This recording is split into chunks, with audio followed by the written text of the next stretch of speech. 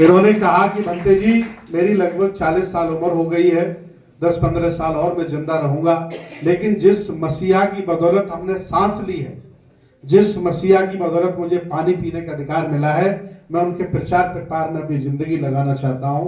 तो मैंने कहा देखिए, दो तरह के भिक्षु, एक भिक्षु बिहार पे रह करके खाना खाने वाले हैं और एक चरख भिक्षवे चारिकं, बहुजन हिताय बहुजन सुखाय लोकानुकंपाय वाले हैं। आप कौन से भंते बनना चाहते हो? बोले हमें आप ही जैसा काम करना है। जैसे मैं लगभग 14 साल से कभी एक महीने एक जगह नहीं रुका हूं, रिकॉर्ड है अब तक का। और कितने काम कर डाले हमने। 28 देशों की यात्रा में हर व्यक्ति का पासपोर्ट होना चाहिए। पासपोर्ट इंटरनेशनल आईडी प्रूफ होता है। अभी आपके पास आधार कार्ड तक आप बन जाएगा। मोदी सरकार उसकी फीस 10,000 करने जा रही है।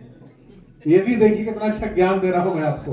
बनवा लीजिए सब लोग पासपोर्ट और सपना बनाइए कि एक कम से कम बौद्ध देश की हम यात्रा करेंगे, जैसे घनश्याम जी ने सपना बनाया। और घनश्याम मेरे साथ घूम के आए कि नहीं घूम के आए? आप भी घूम के आइए। दुनिया तभी देखोगे आप। कुएं में रहोगे कोई फायदा नहीं है, निकलो थोड़ा बाहर। की अभी आदत नहीं पड़ी है ना। तो भंते जी ने निर्णय लिया, आज हमारे साथ हैं। 4 वर्ष का उनका भिक्षु जीवन हो गया है और इतना बड़ा उन्होंने त्याग किया। तो ये परमानेंट झांसी में रहेंगे। कहाँ रहेंगे? हम तो पूरे बुंदेलखंड में घूमेंगे, जगह जगह बैठने लगेंगी, लेकिन ये दतिया और झांसी में ही रहेंगे, बाहर नहीं जाएंगे। ये सभी सम्मानित नागरिकों को, उपासकों को, उपासिकाओं को जय भीम, नमो बुद्धाय। लगभग आता हूँ और जैसा कि अभी बताया है कि हमारे बीच बौद्धि रतन भंते जी उन्होंने परिवार छोड़ा है। मैं ऐसा विचार लगभग 1 साल से बना रहा हूँ। को छोड़ा, मैंने अपनी दुकान को छोड़ा। मेरे एक वकील साहब ने मुझसे कहा कि अनिल जी क्यों छोड़ दी नौकरी? कह रहा आपको मानव अधिकार की जानकारी नहीं है। मैंने ये क्या होता है? कह रहे शर्म नहीं आती आपको? मैंने कहा बिल्कुल सही कह रहे हैं, क्या कर रहे हैं? उन्होंने मुझे किताब दी, कह रहे आपने बाबा साहब को नहीं पढ़ा।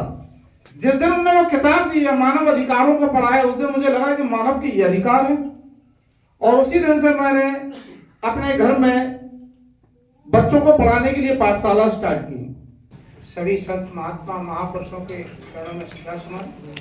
शब्बे भद्राणि पश्यन्तु मा दुःखमागम, शब्बे सत्ता सुखी हन्तु, शब्बे हन्तु चकेमिनो, सुखी हन्तु, शब्बे हन्तु चकेमिनो, शब्बे भद्राणि पश्यन्तु मा कञ्चित् दुःखमागम।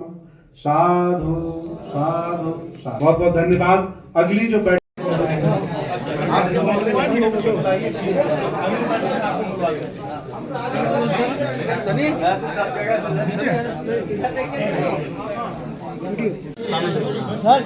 सर, आज राष्ट्रीय बौद्ध महासम्मेलन नवे हुआ, इसके बारे में क्या उद्देश्य है? आज झांसी की धरती पर हम लोग हैं। ये पावन धरती है, बहादुरों की धरती है, वीरों की धरती है।